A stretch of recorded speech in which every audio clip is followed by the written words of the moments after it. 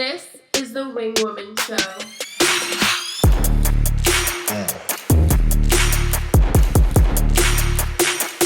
Are you ready?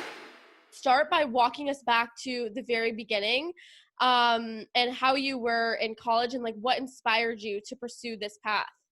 What's interesting is I was always a storyteller, but I didn't know that the path that would take for me career-wise was going to be reporting.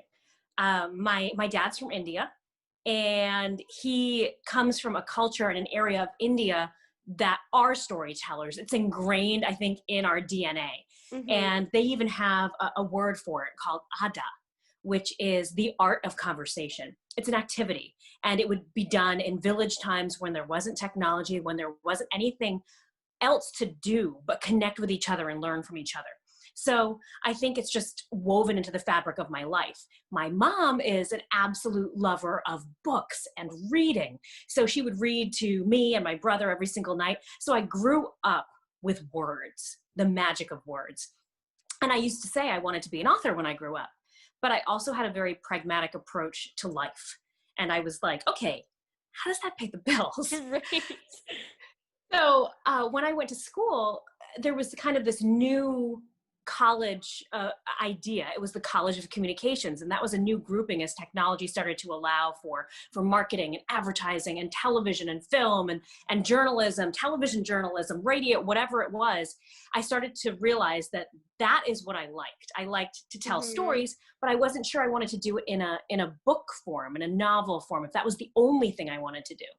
So I went to Boston University for the College of Communications there, fell in love with the city vibe, the train, the T clanging down the middle of Commonwealth Avenue, the beautiful magnolia petals blowing in the wind. I went to go see it. I was like, this is the best place ever.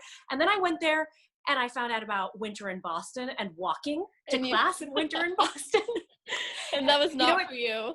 No, and it's kind of funny because you talk about the journey, right? Of how you wind up exactly where you are. And honestly, the cold weather has a lot to do with how I wound up in Tampa in the first place. And it all started with my choice of school and sloshing through that icy cold slush and getting to class. But I didn't know when I first started there what I wanted to do. First, I was like, okay, I want to get into TV because I like telling stories. Yeah. But I didn't grow up watching TV. I didn't grow up watching sitcoms. I didn't grow up watching, in that pop culture world. Yeah, I had a very strict upbringing. I studied a lot. I read a lot. I wasn't allowed to watch shows that my parents thought were inappropriate or too old. So I tried out TV and I was like, I don't know any of these shows that they're talking about. So no. And then I thought, okay, well, I love being clever with words and playing with words and being super concise in my message. And I thought, oh, advertising, I can be a copywriter. Tried that for a little while. And then spent an entire semester designing an ad plan for orange juice.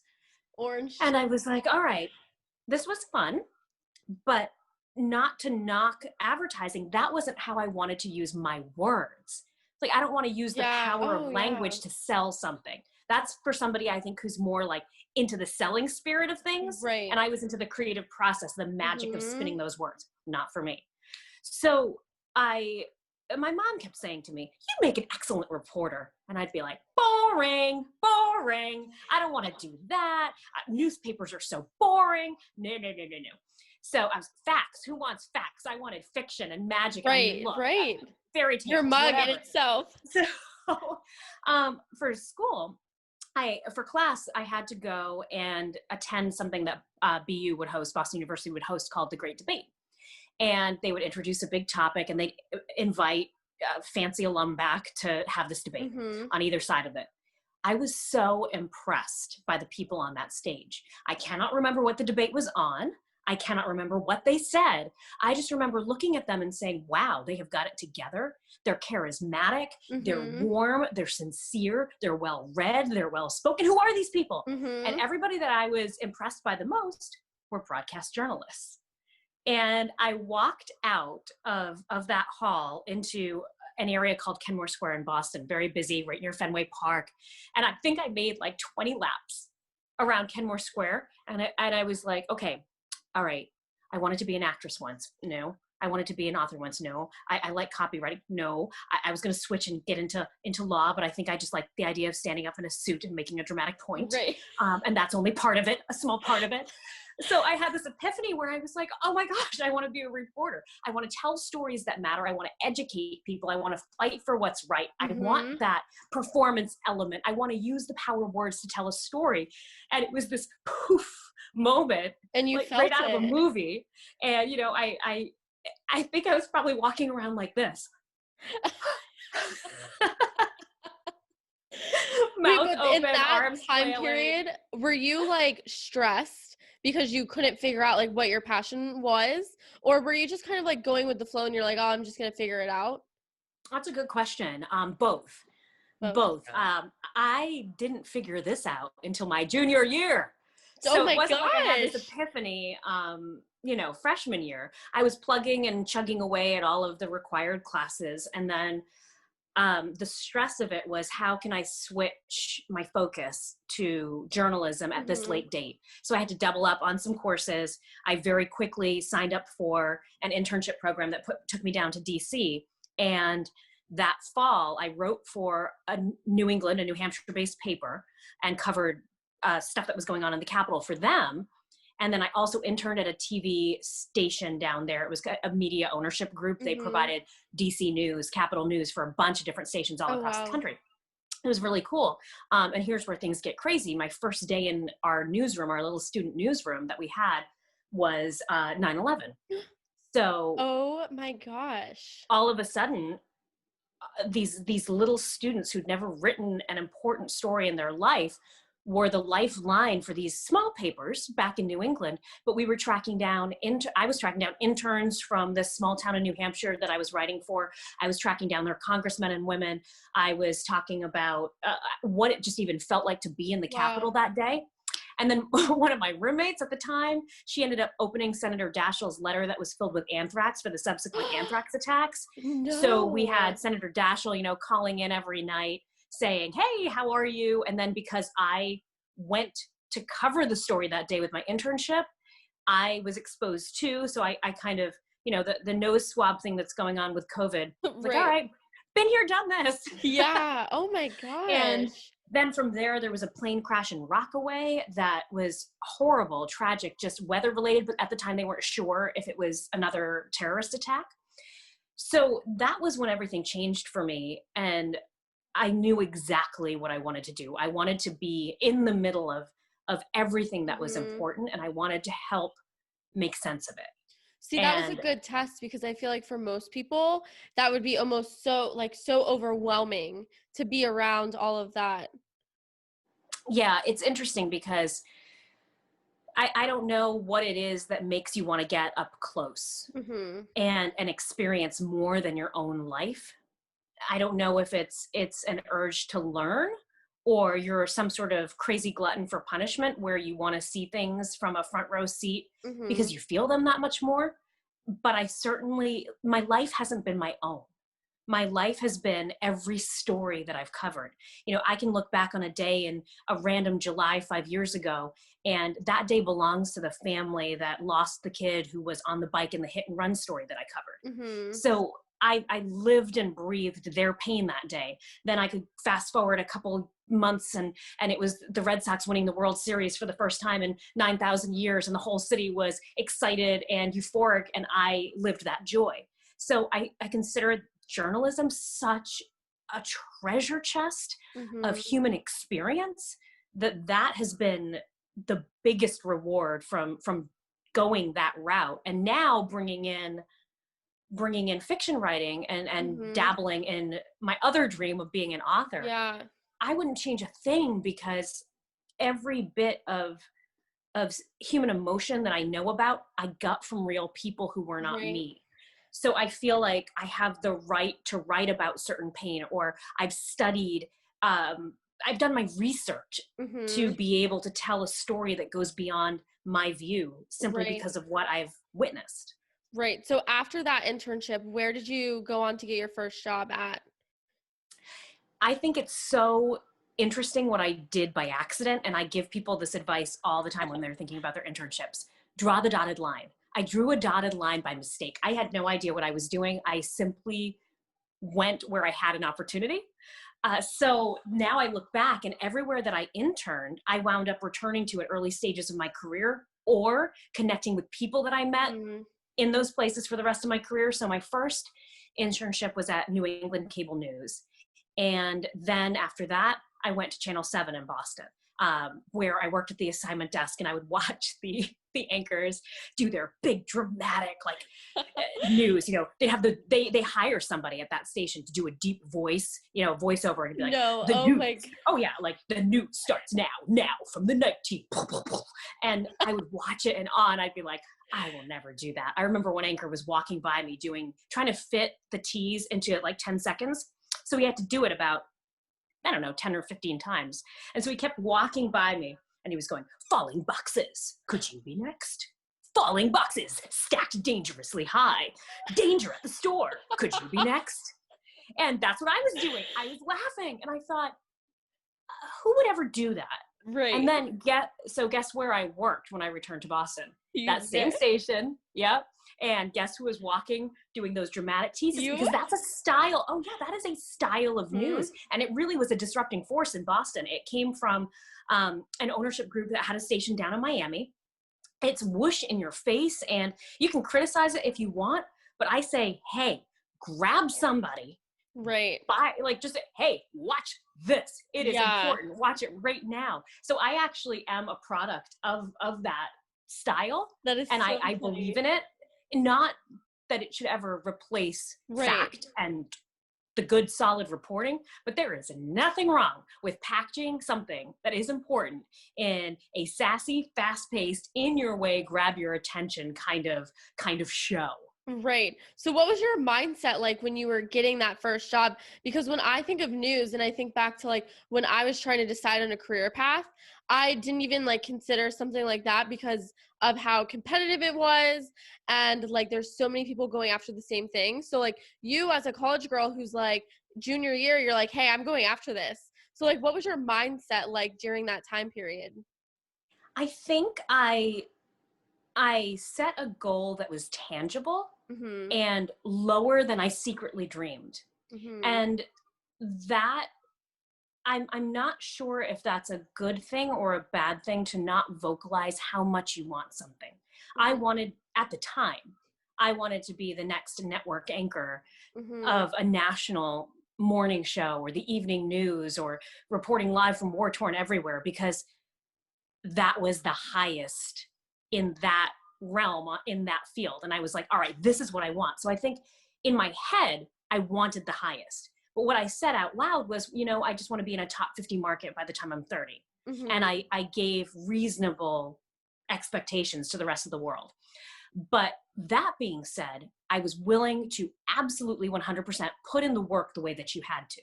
There was no expectation that I was going to get hired in a big city young.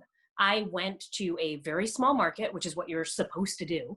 I was what they called at the time a one-man band. Now it's called an MMJ, a multimedia journalist, where you carry the camera. Sometimes you even run your own live shots. Now we don't need live trucks anymore, so everybody has to. But at the time, you needed a big old truck.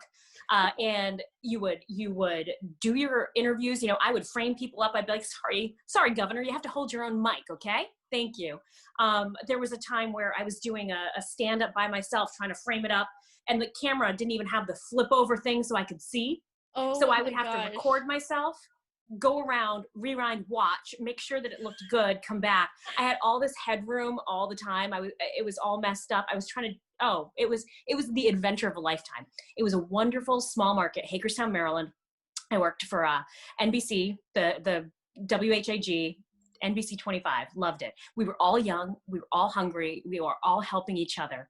So I stayed there for about a year and a half. And then from there, I went to Providence, where I grew up. Now, back to the dotted line.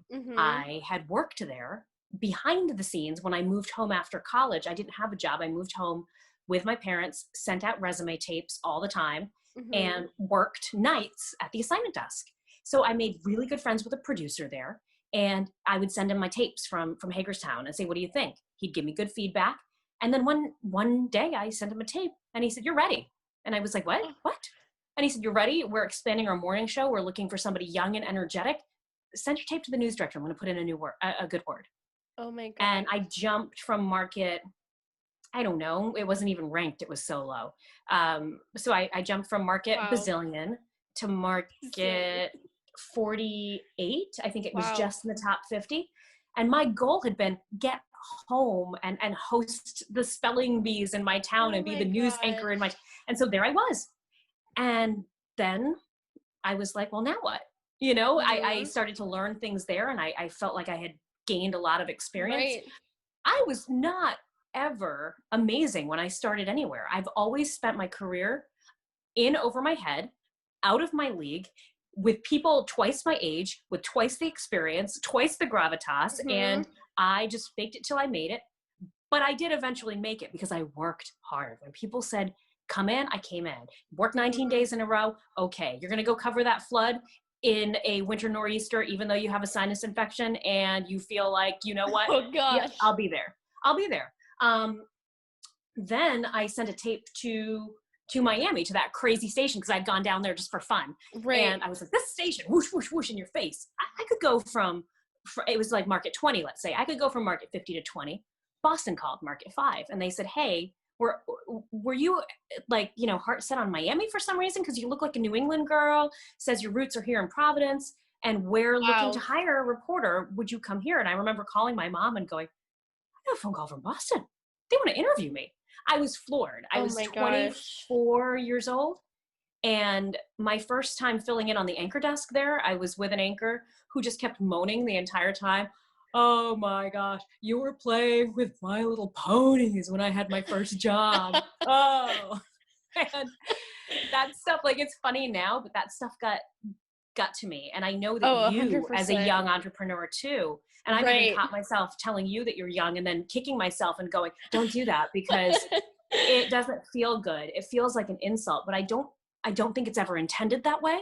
I think, but when you're in it, you feel, you're like, hey, I know what I'm doing. I'm working so hard. And if I don't know what I'm doing, I'm going to learn. Teach me what you know, So I think it's a matter of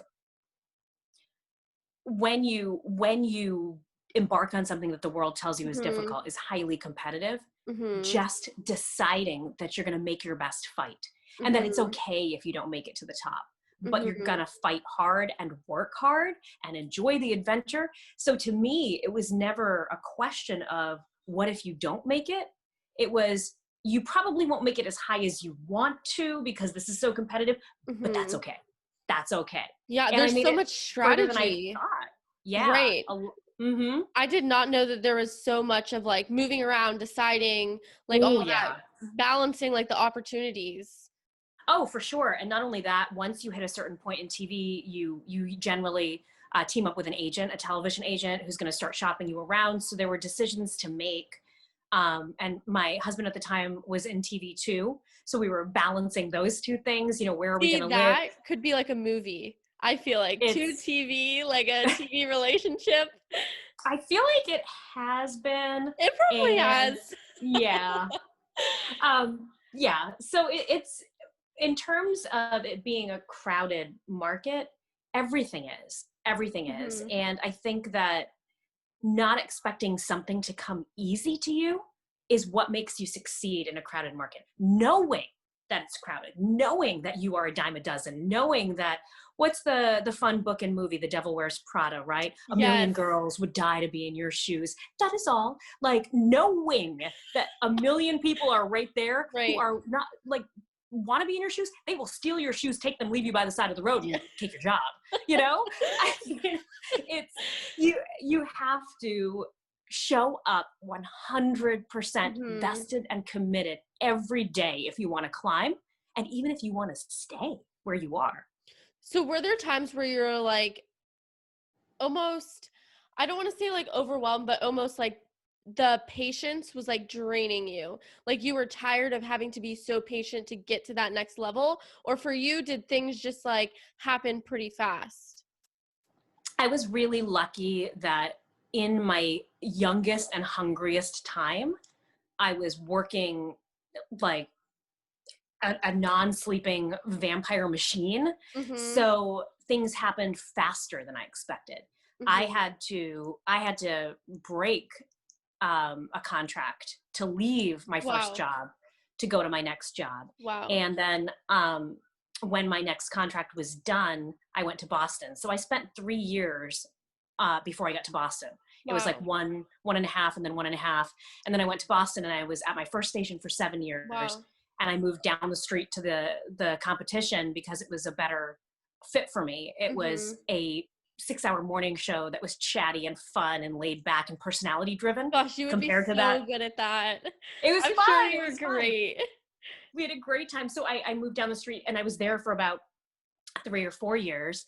And then that station was bought by a different company that went back to standard news. And I was not having quite as much warmth and fun that was allowed. And so that's when I was like, wait a second. My husband had this great opportunity down here in Tampa, mm-hmm. and I was freezing cold and stressed out and strung out because I had been working that hard for, 12 years. Yeah. And it's time for a change. So I came here, and it's been the best restorative place for balance mm-hmm. of life, especially as a mother of a kid, under the age of 5. I moved here pregnant. So I was a new mom.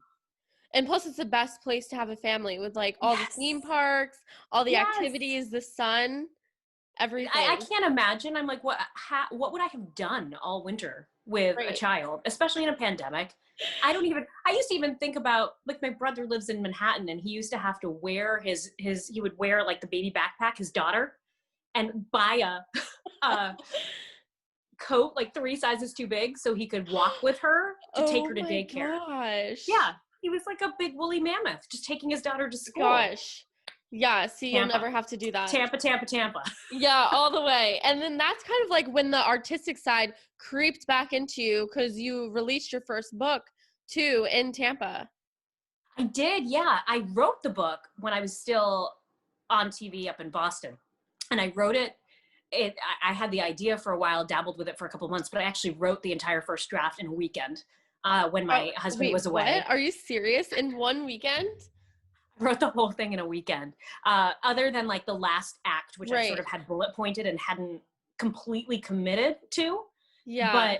But the bulk of it I wrote in one weekend, and then it took me 3 years to publish it. So you talk about waiting, the waiting game, the patience that can frustrate you, that you have to keep steady. I've experienced more in the publishing and mm-hmm. writing world for sure than TV, because TV by nature is fast-paced. Even the day-to-day and your daily duties and your deadlines are fast-paced. Publishing is all about the end game, and it's a slow game. You write a story beautifully, you get it right, you write it again, you edit it, you fix it, you fix it, you fix it, and then eventually you release it. So I moved down here with it finished. It took me about 6 months to find the agent that I wanted to work with. And it took her a year to sell it to the right editor. Wow. And then it took the editor, the company decided they wanted to wait until the next year to release it, because they have this whole game plan of when they want to release what. So I had my agent right before Jace was born. I signed with her. Right before his first birthday, I sold my book. Right before his second birthday, it came out into the world. Wow. So yeah, talk about being frustrated. That's why you have to keep doing the next project. Mm-hmm. The second, and my agent gave me that advice too. I was sitting there like, oh, have you sold it? Have you sold it? Have you sold it? She's like, mm-hmm. Nope, but don't worry, I'll sell it, and I'll sell your next book. Why don't you go write your next book? Like, just go write your next book. So I did. And the second I got the Watch Pot Never Boils, the second I got my head out of that book and watching and waiting in that game, that's when she called me up and she's like, told you I wasn't going to stop pushing it. Gosh. We sold it. So yeah, that was really exciting. But that, even now with my next book that I'm waiting to mm-hmm. get out into the world, like, okay, it's done. Ta-da, dot, dot, dot. Somebody, anybody? So it's tough. It has completely changed my perspective, like after working with some of my author clients, because now every time I pick up a book, I feel like I have that much more appreciation for it, because I know the behind the scenes of how long they had to wait to actually like pitch the book, to get the deal, for it to actually go out and sit on the shelves. So much more appreciation. It is not glamorous. No job is glamorous. Acting and our beautiful supermodels and our amazing millionaire athletes who Right. have to beat up their bodies and live that life. And yes, we reward them greatly monetarily, but nothing is as glamorous as it seems on the outside. We're all, I always say, all of us are all of us. Everyone is everyone. We are all the same. That is so true, though. That is so true. Yep. Just in different industries, different roles. It's true. So now with Find Your Fairy Tale and your next book, that's my favorite part about like you rolling into your next launch is that now you've had all these interviews and it kind of ties together both of your passions. So kind of talk us through like how you got the idea and the process now that you're already in your second season of it. A couple things fueled the idea of Find Your Fairy Tale. The first thing was wanting to connect with readers and give them more than just a story that they would read and put, you know, back on their shelf and never think about again. I wanted to create a community with my co-author, Dominique Richardson. We were talking about some of our favorite authors and how they've given their readers strength and a community. For example, John Green, he has what he calls the Nerd Fighters. And he celebrates nerdiness with a beautiful quote that I don't know in entirety, but the gist of it is that if nerdiness means loving something completely, utterly, too much, crazily, you know, then sign me up. Like, I'm a nerd, you know? Right, yeah. It just means being passionate. And so he took something that has been warped by society and picked on and turned it back into brain power and beauty and loving life. And he gave kids who needed it a platform and a community to believe in. He called it Nerd Fighteria. So we were talking about that. And I was saying, you know, I want to be able to do that. So I want to give back like that. And we just kept talking about the fact that our book is inspired by fairy tales.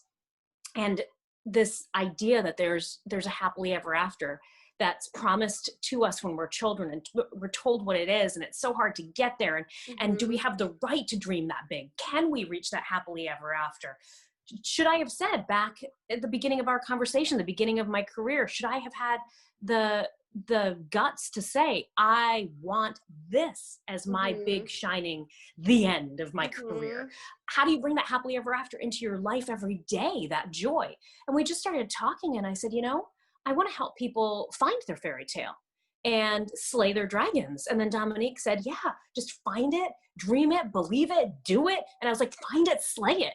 And then we stopped and we looked at each other. We're like, yes, find it, slay it. We need to empower our young readers that they have every right to help. We want to help them find what they do, slay what they do, slay the dragons of doubt to believe and be everything that they want to be. So it came out of that brainstorm. And then we didn't really do anything with it until it was my birthday. And I thought it would be funny to share a journal entry from birthday years past, because I have written to myself on my birthday since I was probably 9 years old. And I thought it would be funny to share that with people. And I opened up one and I was mean to myself. It was all the things I hadn't done yet. It was all the ways I had failed myself over the year. It was all the goals I hadn't met, all the fear of what I wasn't going to achieve. It's like, oh, well, that was a dark year. I'll open up the next one. Da, da, da, da, da. Oh, you still hate yourself. Okay, well, next year, let's check out this one. All right. I was so hard on myself on my birthdays, a time that we should be wrapping our own arms around our creative energy and our heart and our spirit, saying, you live here and you're alive and you're healthy. And I was like, wow, I, who am by nature pretty cheerful, pretty happy, I consider myself a happy person, I was surprised by myself. So let alone some outsider saying, wow, Sorboni, you wrote this? That sounds sad. I was surprised. I said, wow, where'd that come from? I haven't really acknowledged that I'm hard on myself. So if I'm that hard on myself, everybody's that hard on themselves. And so I wanted to start conversations with people about empowering yourself to dream big, unabashedly want, say, this is how I want to spend my life on this planet. And then figure out what that is. And then come up with the tools too, to actually achieve it. You know, we spent the first season, which was a good 3 months. We talked to almost 30 people, amazing artists and athletes and entrepreneurs, businessmen and women. We talked to everyone from, you know, world travelers to lacrosse players to authors to artists to painters, actors, amazing people who by all means admit they don't have it figured out, but they're certainly willing to share what they have learned along the way. And I think from there, what we realized is it's so important to shut out external clutter. You cannot compare your achievements to somebody else's or you're going to feel less than. So you have to think about yourself and you have to think about your own trajectory. Be inspired by someone, but don't compare yourself to them. Shut that noise off. Also, tell yourself, even if it's just to yourself, this is what I want. Say it out loud. Say it out loud to a room. Write it down on a piece of paper. Maybe even be bold enough. We talk to a lot of people who practice manifesting and that you can speak something into reality by believing it and talking about it like it's going to be real or already is. So now that we've dedicated a good portion of time into finding our why, now we're digging into the how. What tools can we use to get our message out there? What do we need to do in our environment? Even as simple as organizing the closet that you see out of the corner of your eye when you're trying to be creative and conquer the world. Okay, if you have a drawer that won't shut and your socks are falling out, world domination is a little bit hard to conceive of. And that's like my favorite part is that all throughout season 1, we were talking, or you were talking to all of these different people who were in all different places in their journey, which I feel like is the major difference between your series and a lot of other series or podcasts, because on the other side of things, you kind of hear from people who have already like so-and-so made it, but these people were so vulnerable, talking about like their journey to getting there. My guests blew me away. And I've made the joke many times that it was like therapy for free because they were so open and so honest about their dragons of doubt. They were so open and honest about how their fairy tales had to change with reality, with growing up, with opportunities that maybe weren't there that they expected, but how they found their joy. And I think it boils down to, you have this road that I think leads to the deep dream. And we all know what that is intrinsically, but we might not have dug it out. You know, we're not conscious of it. Subconsciously, there's this road to the deep dream. And we can pick all of these careers that are running parallel to it, crisscross over it. And sometimes they touch it a little bit more and stay on it and then deviate. And as long as you're near it, you're happy. But the end goal of Find Your Fairy Tale, the end goal of these conversations for me is to help people get on that road, to get myself on that road and stay on it and not be apologetic for wanting to get there. Wow, that right there, like I'm gonna need to write a note down to clip that part out of the interview because that was so good, the way that you said that.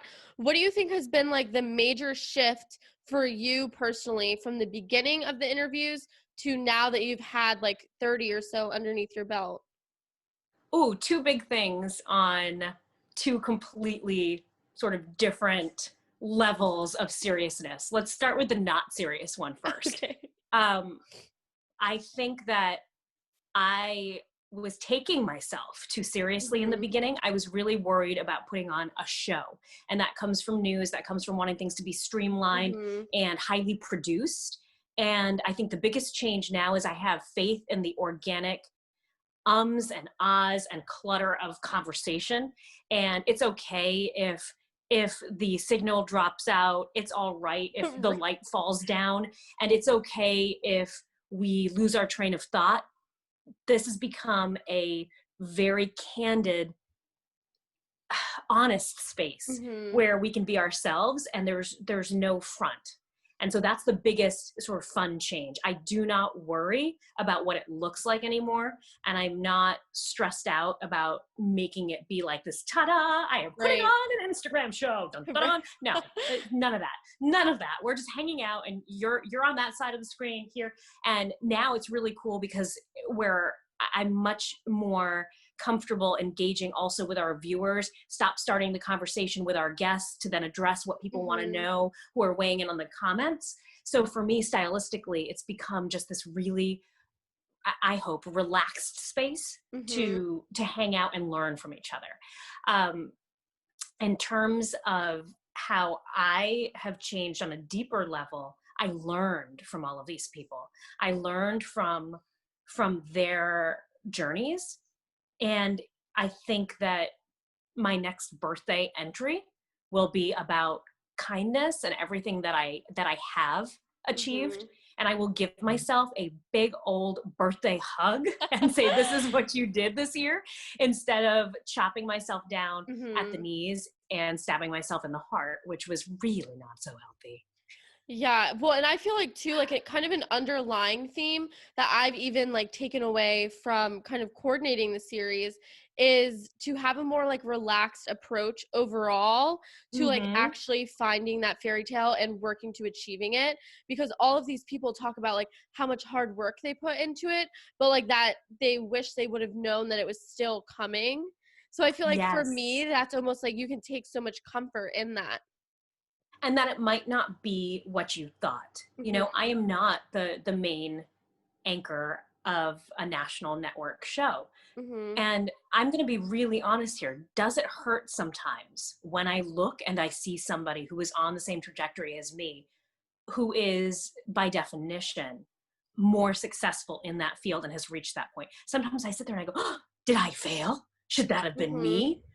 But then I have to take a step back and say, but do I want that life? Or do I want the exact life that I'm living? And I want the exact life that I'm living. And that goes back to the putting those guards up against comparing yourself to other people. Compare your happiness to your happiness. You know, am I happier than I used to be? Yes. Am I the happiest that I'm ever going to be? I have no idea, but I'm pretty darn happy. So this is a good place for me. And I don't know, what if I had gotten the job that I interviewed for on one of the big shows? You know, what if I'd gotten that? Would I have ever written my book? Would I have ever had my child? Right. You know, you can't. So true. You can't know what was going to happen. This is just where I wound up. So I think that it's so important to realize that your fairy tale can change, and that's okay too. What you thought was your happily ever after probably will change, and that's fine. That's fine. So many of the people that we talked to had the same experience.